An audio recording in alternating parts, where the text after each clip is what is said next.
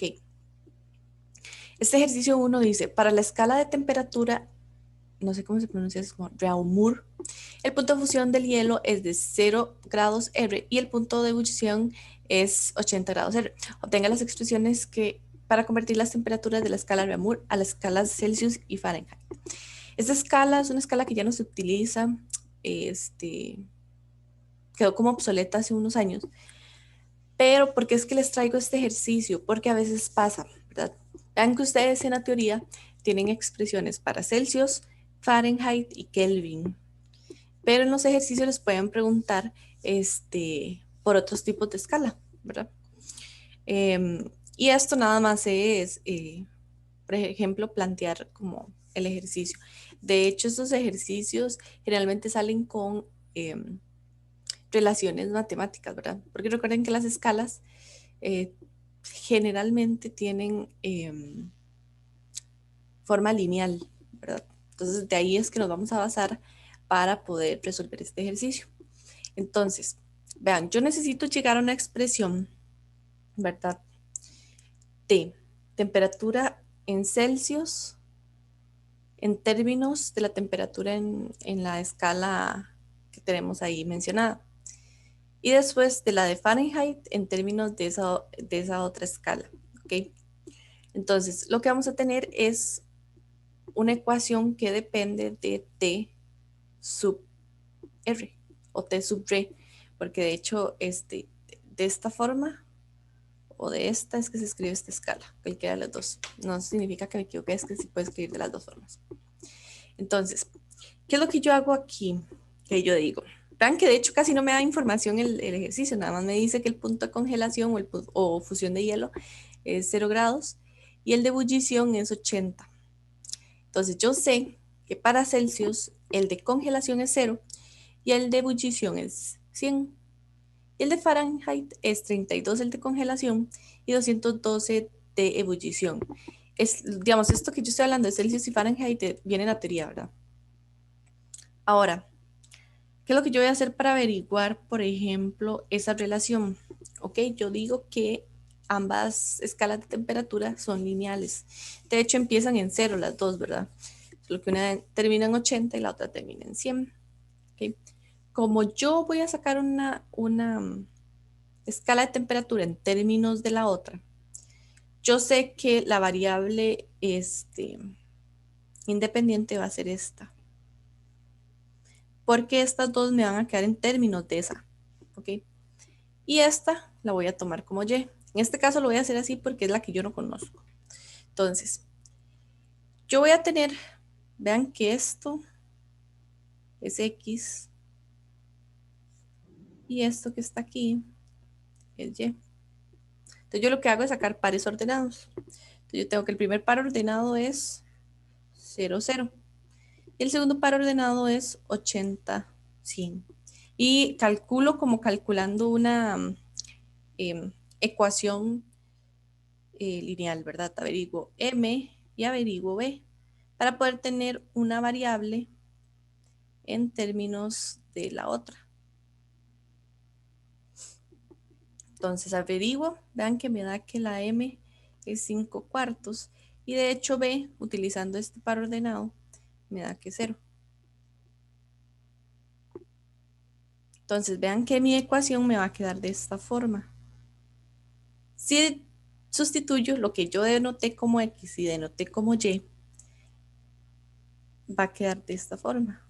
Y vean que ya llego a una ecuación que depende de esta temperatura, ¿verdad? De esa escala que nos está pidiendo. Vean que de hecho los únicos conceptos que tuve que utilizar, digamos, de temperatura fue saber que las escalas son lineales. Ya después es aplicar matemática de cole, yo creo que esto se aprende en el colegio. Si quieren corroborar que esta escala, digamos, este factor está bien, pueden buscar en internet y van a ver que efectivamente esta es la relación para temperatura en Celsius. Ahora, lo que hago es nada más aplicar la fórmula de este capítulo que me dice que la temperatura en Fahrenheit es igual a 9 quintos la temperatura en Celsius más 32 grados Fahrenheit. Entonces nada más sustituyo esto que tuve anteriormente en esta ecuación. Los 5 se me cancelan y esta es la relación para temperatura Fahrenheit. ¿Ok? ¿Les queda alguna duda? Estos ejercicios salen, de hecho, bastante sencillos. No son tan complicados. ¿Alguna duda?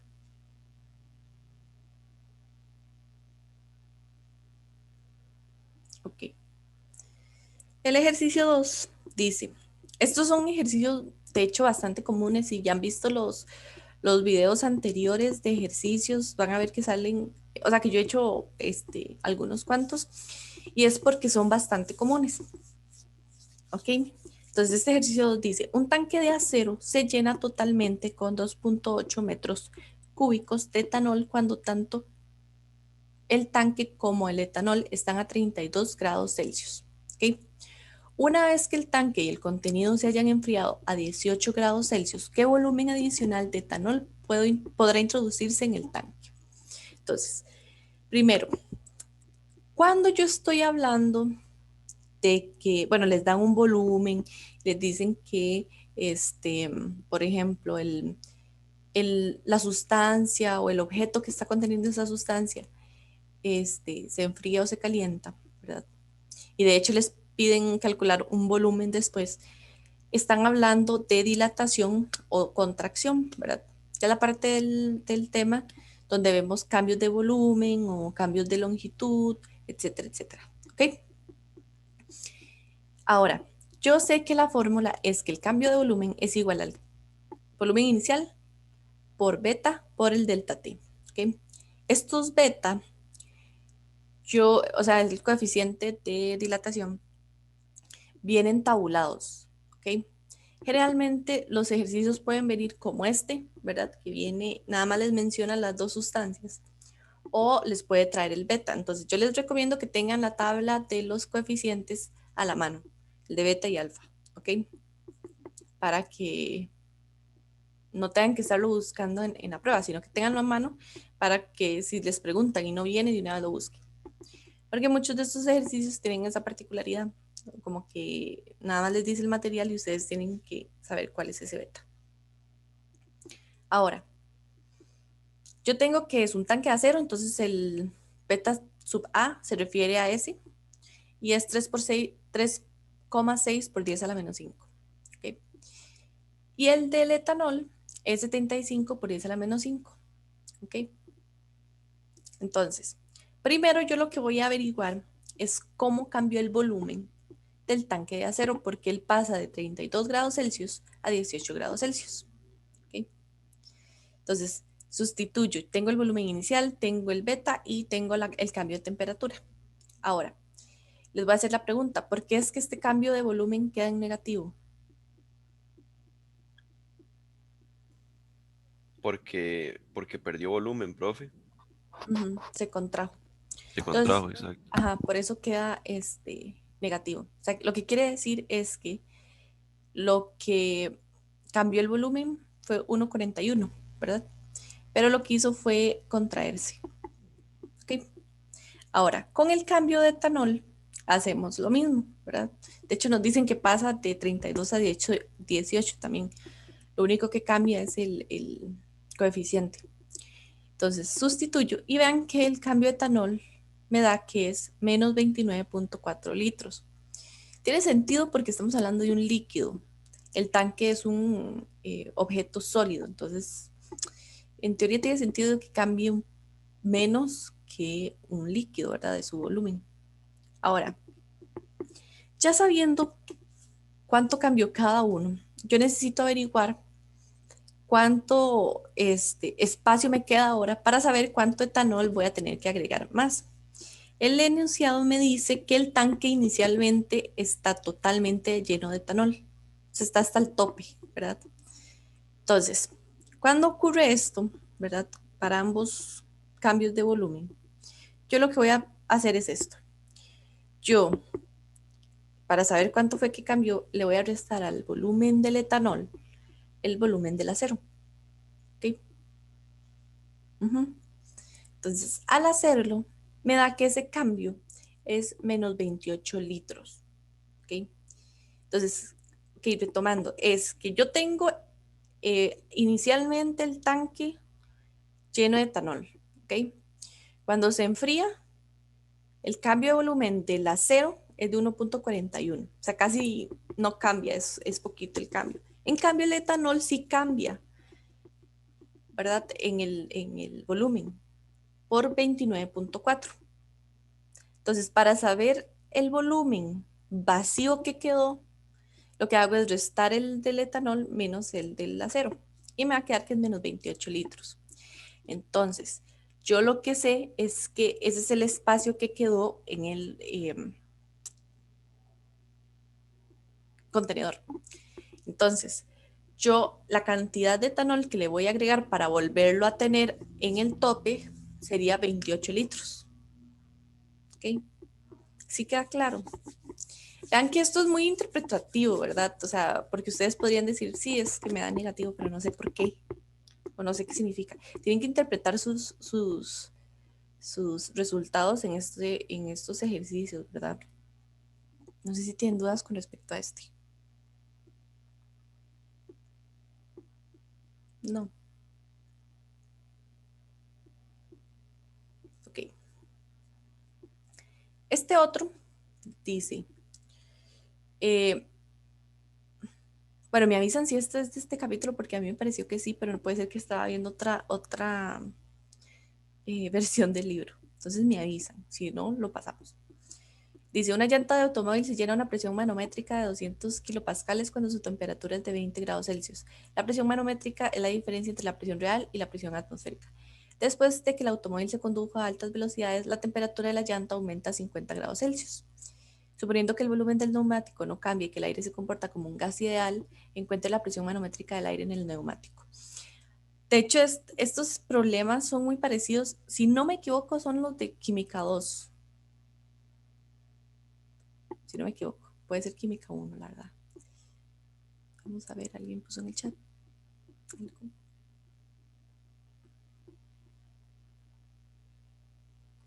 Ajá.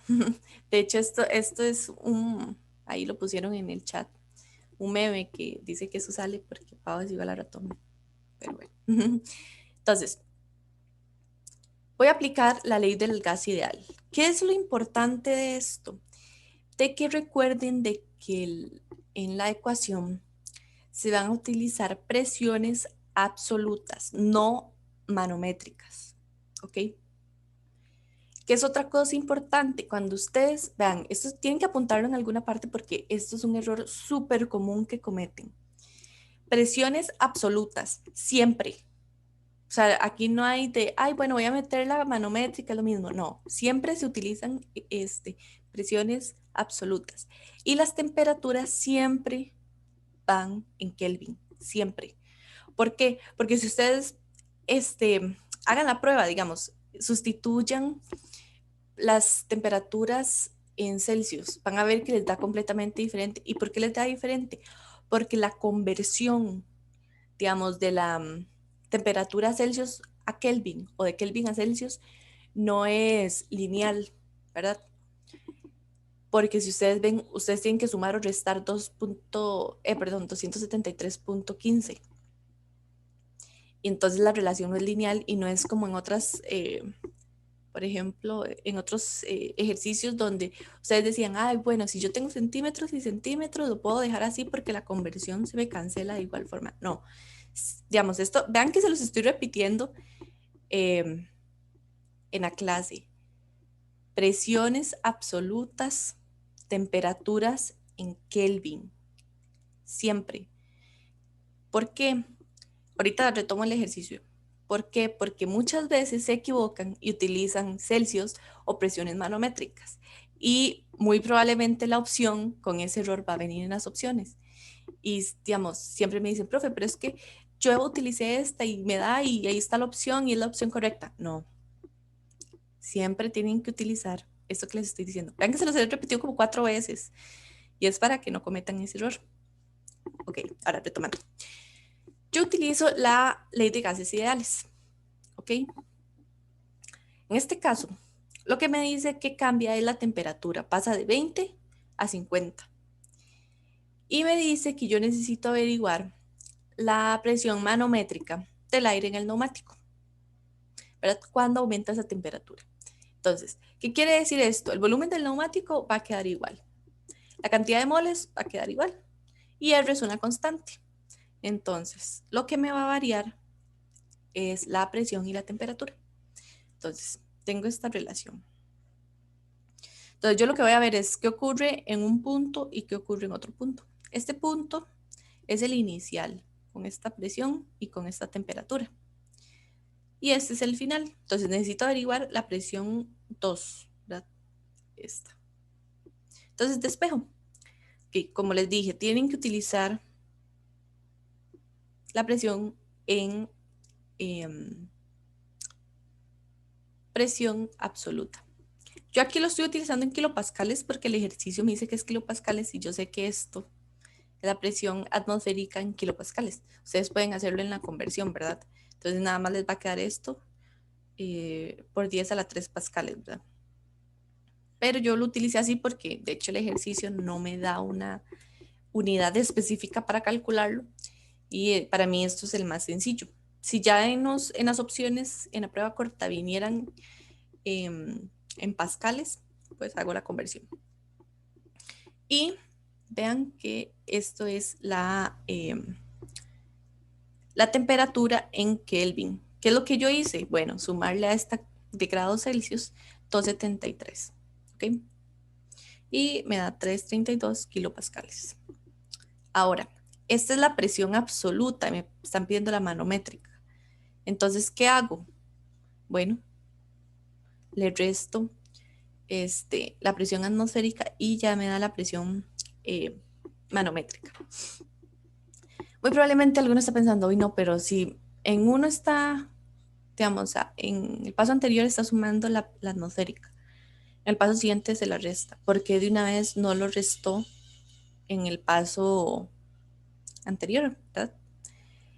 No da igual, porque no es un cambio lineal y podrían ustedes intentarlo para que vean cómo les da diferente ambas respuestas, ¿verdad? Pero esto es 231 kilopascales. No sé si tienen dudas con respecto a esto.